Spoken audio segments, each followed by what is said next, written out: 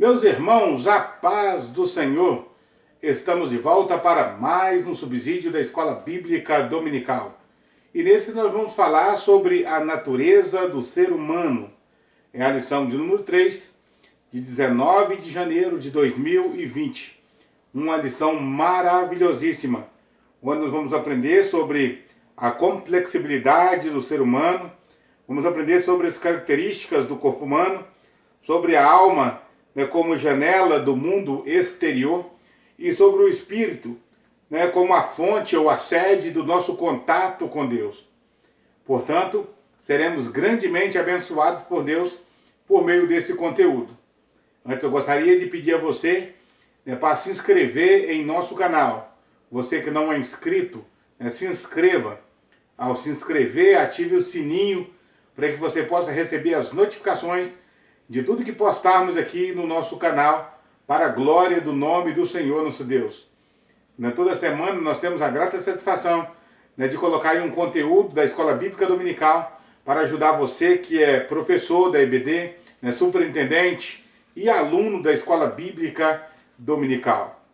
Deixe também um joinha, um gostei aí no nosso vídeo e também comente sobre nossos assuntos. Isso é muito importante. Compartilhe com seus alunos, com seus amigos, para que outras pessoas também possam ser abençoadas por meio desse conteúdo. Depois dessas considerações, o nosso texto áureo está no livro de 1 Tessalonicenses, capítulo 5, versículo 23, que diz: "E o mesmo Deus de paz vos santifique em tudo, e todo o vosso espírito e alma e corpo sejam plenamente conservados, irrepreensíveis para a vinda do nosso Senhor Jesus Cristo." A nossa verdade prática diz: nossa tríplice natureza, física, mental e espiritual, deve ser plenamente consagrada a Deus, para que o mundo veja em nosso ser a imagem e semelhança do Criador. A nossa leitura bíblica em classe está no livro de Gênesis, no capítulo 1, versículos 28 a 30, e depois o capítulo 2 e o versículo 7. Como sempre fazemos, nós não vamos ler para ganharmos tempo no nosso comentário, no nosso subsídio, mas eu quero aconselhar você a fazer essa leitura aí na sua Bíblia e também na sua lição. Não deixe de fazer toda a leitura do capítulo 1 e também do capítulo 2 de Gênesis, onde o nosso comentador, pastor Claudionor Corrêa de Andrade, ele tira essas partículas para desenvolver o comentário semanal. Também gostaria de desafiar você a fazer o culto doméstico. Todos os dias da semana nós temos uma leitura chamada leitura diária, uma citação bíblica para você ler com a sua família e fazer o culto doméstico. Não perca a bênção de consagrar a sua casa diariamente ao Senhor. Há um milagre de Deus para a sua casa. Há um milagre de Deus para a sua família. Depois de essas considerações aí, nós vamos aí à nossa introdução. Na aula de hoje, nós estaremos estudando sobre as partes que constituem a natureza humana. Além da substância física, que é o corpo, nós temos também as substâncias imaterial, ou substância espiritual, que é o espírito e a alma. Por meio desses elementos, Deus nos habilita a relacionar com o mundo físico e também com o mundo espiritual. O objetivo dessa lição, conforme já deixa bem claro nosso comentador, não é apenas explorar a natureza humana, mas nos levar a entender a nossa necessidade de consagrar a nossa vida ao Senhor. Todo o nosso espírito, nossa alma e o nosso corpo, como diz o apóstolo Paulo em 1 Tessalonicenses, capítulo 5, e o versículo 23, entregando todo o nosso ser ao Senhor, nosso Deus. Nosso primeiro ponto, ele vai falar aí sobre a complexidade do ser humano. Como já observamos em estudos passados e agora também nessa lição, o ser humano ele é altamente complexo e também, por sua natureza, inexplicável. Nós não conseguimos explicar o ser humano. O ser humano, ele é, além de complexo, como diz um certo filósofo, muito complicado, né? O ser humano é um ser complicado. Mas à luz da nossa matéria, antropologia, nós podemos ver alguns aspectos que nos ajudam a identificar a natureza do ser humano. É importante dizer que a natureza do ser humano é diferente da natureza de Deus e também da natureza dos anjos. Deus, ele possui uma única natureza. A Bíblia diz que Deus é espírito. Importa que os que o adorem em espírito e em verdade. O próprio Deus, o Todo-Poderoso, o define como o Eu Sou, quando ele vai enviar Moisés para tirar o povo de Israel do Egito. Moisés lhe questiona dizendo, quando eu chegar lá, o que eu vou dizer a Faraó? O que eu vou dizer aos meus irmãos? E Deus diz, fala o seguinte, eu sou o que sou, o eu sou me enviou a vós. O eu sou faz parte do chamado tetagrama judaico. E esse tetagrama judaico, YHWH, que foi traduzido como Iavé, depois foi traduzido como Jeová, esse eu sou significa nada mais e nada menos do que a completude do ser de Deus. O eu sou significa aquele que era, aquele que é e aquele que há de ser, o Todo-Poderoso. O Deus Todo-Poderoso, ele se identifica como eu sou. Ninguém pode dizer eu sou. O ser humano não tem essa capacidade de dizer eu sou. A única pessoa que pode dizer eu sou é o Todo-Poderoso. Porque nós estamos desenvolvendo, ao longo do tempo, no espaço, nós estamos nos desenvolvendo. É o que a psicologia vai chamar de devir, o vir a ser. Em Deus não existe esse problema, essa situação de estar em mudança, em movimento. Porque a Bíblia diz que em Deus não há mudança e nem sombra de variação. Ele é completo em si mesmo. Sempre Deus foi completo em si mesmo. Sobre a natureza dos anjos, nós descobrimos também que os anjos são espíritos. O escritor aos Hebreus diz que os anjos são espíritos ministradores em favor daqueles que hão de herdar a salvação. Já o ser humano, ele possui um aspecto físico e um aspecto espiritual. O aspecto físico é visto por meio do corpo. O aspecto espiritual visto por meio do espírito e da alma. É o que os teólogos vão chamar de parte imaterial do ser humano. Então aqui está o que nós vamos chamar na nossa lição de complexidade humana.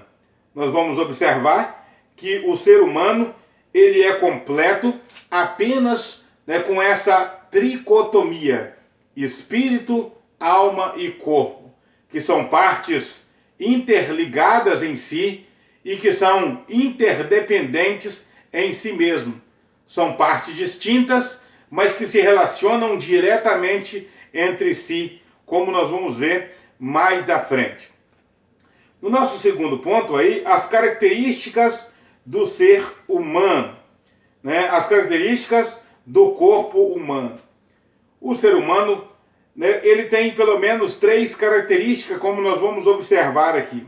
Primeiro, a materialidade. Depois, em segundo lugar, a visibilidade e tangibilidade. E, por fim, a mortalidade. Quando nós falamos da materialidade, nós falamos do aspecto físico do ser humano, criado do pó da terra. Adão criado do pó da terra, Eva feito da costela do homem, mas da mesma matéria, né, da mesma substância. Portanto, a mulher é da mesma substância, né, do homem. Feito da mesma substância, homem e mulher, que é o pó da terra, eles foram conclamados por Deus a produzirem ou a reproduzirem e povoarem a terra, conforme nós vimos em Gênesis, no capítulo 1 e o versículo 28. Também atestamos essa verdade no livro de Atos, no capítulo 17 e o versículo 26, onde Paulo ele vai dizer que Deus fez o ser humano, né, do pó da terra e com essa característica, né, de povoar a terra. O outro aspecto é a visibilidade. A visibilidade diz do aspecto, né, de que o homem pode ser visto. Ele não é um espírito, ele pode ser visto. Não apenas visto, ele pode ser tocado. O ser humano, ele é tangível. O Senhor Jesus, quando ressuscitou, né, o seu discípulo Tomé, né, duvidando de que fosse o mestre que havia ressuscitado, Jesus disse: Tomé, toque aqui, porque você vai ver que o espírito não tem carne e nem osso. Tomé, ele toca ao lado de Jesus, toca nas mãos de Jesus e percebe que era o Cristo ressuscitado. Jesus repreende Tomé dizendo: porque você me viu, né, você creu, bem-aventurado os que não viram e creram. Né? Essa possibilidade de tocar em Jesus é a possibilidade de tocar naquele que se fez carne. A Bíblia diz que o Verbo se fez carne e habitou entre nós. O Senhor Jesus, ele só pode realizar esse grande feito porque ele entrou na condição humana. Os homens podem ser tocados, né, podem ser palpados, né? Os homens, eles são tangíveis e visíveis, portanto, ele poderia realizar o sacrifício em nosso lugar. Como espírito, assim como é a natureza, né, de Deus, o Pai, e a natureza do Espírito Santo, ele não poderia realizar tal feito, mas entrando na condição humana, para experimentar as nossas mesmas dores, as nossas mesmas angústias, o Filho de Deus, Jesus, o nosso Salvador, ele se torna carne como a nossa carne, ser humano como nós, portanto visível e tangível, né, para realizar a obra em favor dos seres humanos. Uma última característica do ser humano aqui é a mortalidade. Né? Apesar da materialidade, o corpo humano foi criado com a possibilidade de manter-se vivo para sempre. O que ocorreu então? Ocorreu que após o pecado, a morte entrou no mundo. Paulo fala em Romanos capítulo 5, a partir do versículo 12, que por um só homem entrou o pecado no mundo, e pelo pecado veio a morte. Assim também, por um só homem, o Senhor Jesus, entrou a salvação no mundo, para que os homens creiam, arrependam-se dos seus pecados e sejam salvos em Cristo Jesus. Todos os homens passaram a morrer, né, depois de Adão. Eu notei algumas coisas em relação à questão do que o teólogo Batista Mondin vai chamar de o fenômeno da morte. Quando fala da morte, ele diz que a morte é um fenômeno individual, a individualidade. O ser humano, ele precisa experimentar a morte de forma individual.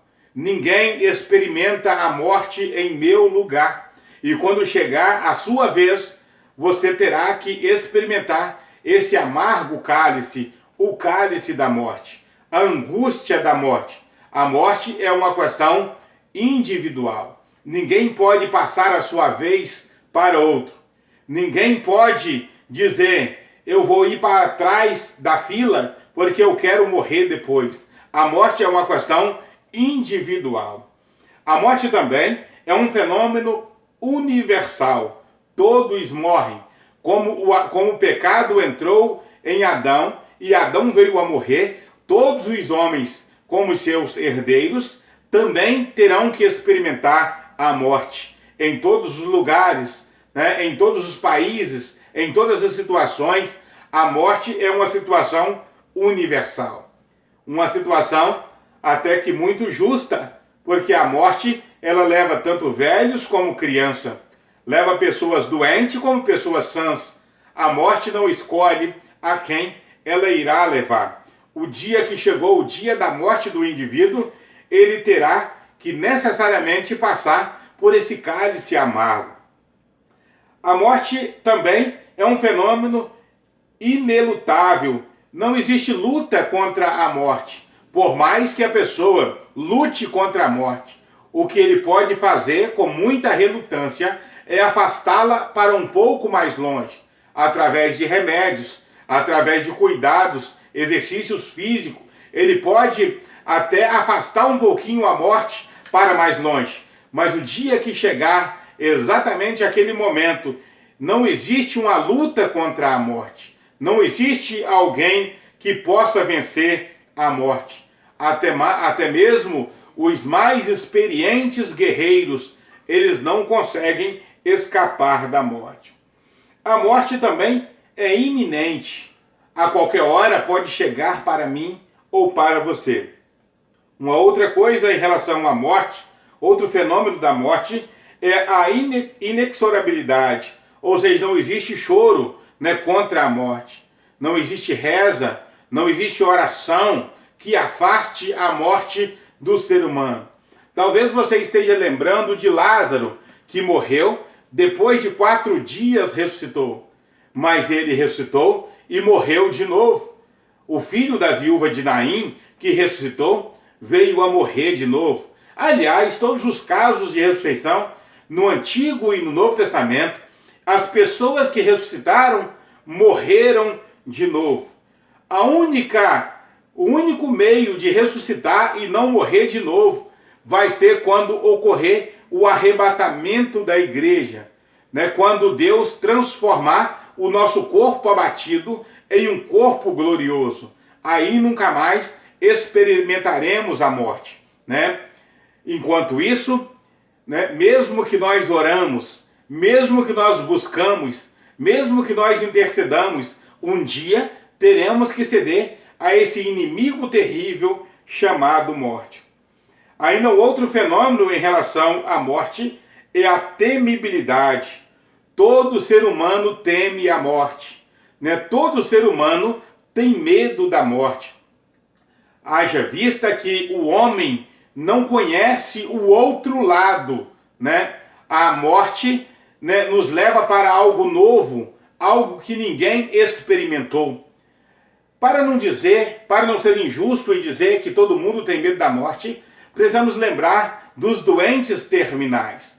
Esses sim, eles até gostariam de morrer. Não porque estão querendo morrer de verdade, mas pelo fato de a sua doença, a sua situação de saúde estarem os consumindo, estarem colocando uma situação vegetativa até. Esses doentes terminais, muitos deles desejam a morte, têm vontade de morrer. Mas na verdade, porque essa pessoa já está mais para perto da morte do que para perto da vida, porque já estão com seus dias já no término, já estão contando o tempo para partir dessa vida para a outra. Então a morte ela traz esses fenômenos que são inevitáveis, né, para o ser humano. Então esse último item aqui, né, a mortalidade. O ser humano ele passou a experimentar esse amargo cálice exatamente por causa do pecado. Depois que Adão pecou no Éden, juntamente com Eva, o homem passa então a ter os seus dias contados e abreviados. Ainda sobre a questão da corporeidade, né, do ser humano, nós temos aqui algumas funções do corpo que é importante que falemos para você. Primeiro, a função corporal, né? Sem o corpo, o ser humano não pode se alimentar. Sem o corpo, o ser humano não pode se reproduzir. Sem o corpo, o ser humano não pode aprender. Sem o corpo, o ser humano não pode se comunicar. E sem o corpo, o ser humano não pode se divertir. Nós temos também a chamada função mundanizante do ser humano. O que é a função mundanizante? É fazer o ser humano um ser no mundo. É dar o aspecto, do homem, um aspecto visível, tangível no mundo. Isso é o que o teólogo Batista Mondin, ele vai chamar de aspecto mundanizante. Fazer o ser humano um ser no mundo. Se o homem não tivesse esse aspecto corporal, ele não poderia ser considerado um ser no mundo, Ele não seria reconhecido como um ser no mundo. Outro aspecto é a função epistemológica, que é o aspecto de instrumentalizar o ser humano para o conhecimento. É através, da sua epistemologia, da sua função, de conhecimento, que o ser humano aprende as coisas. Aliás, o ser humano, ele nasce com essa necessidade de aprender e ele morre aprendendo, A morte é a última experiência do ser humano ainda na Terra. E por fim aqui, o teólogo Batista Mondin, ele vai alistar a função econômica do ser humano, que é a função, de gerenciar não só a sua vida, o seu aspecto social, mas gerenciar o mundo. Aliás, foi o próprio Deus que diz que o homem deveria dominar sobre a terra, guardar a terra, lavrar a terra e dominar sobre os peixes e dominar sobre a erva do campo, dominar o mundo. Esse é o aspecto econômico do ser humano, de granjear, de adquirir, de governar. Esse é o aspecto chamado aspecto econômico do ser humano. Quem coloca o ser humano como um ser econômico é um filósofo. Vou olhar aqui para eu lembrar para você. O filósofo Karl Marx, que coloca o ser humano como um ser econômico. Mas outros filósofos também vão dar essa característica do ser humano como um ser econômico. No nosso terceiro ponto, nós vamos falar sobre a alma, o nosso elo com o mundo exterior. O espírito e a alma, como nós já falamos, são inseparáveis. Alma e espírito são inseparáveis. Apenas a palavra de Deus tem a condição de dividir o homem, a sua alma e o seu espírito, fazer a divisão da junta e das medulas. E também a Bíblia diz que a palavra de Deus é apta para discernir as intenções do coração do homem.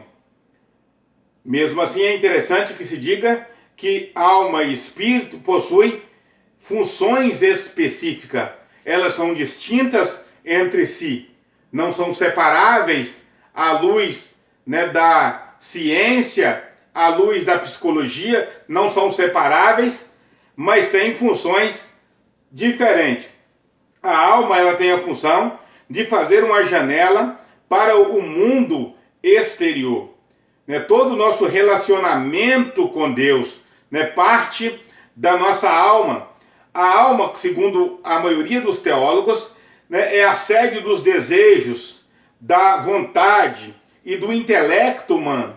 É na alma que o ser humano sente desejo, sente vontade. É na alma que brota os pensamentos humanos. A alma também, ela pode ser contaminada pelo pecado. Ao ser contaminada pelo pecado, ela contamina também o espírito e o corpo.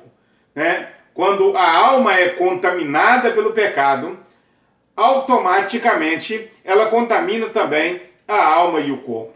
Daí a necessidade da completa santificação, espírito, alma e corpo. A separação da alma e do corpo. Quando o ser humano ele parte daqui, é porque a alma saiu desse indivíduo.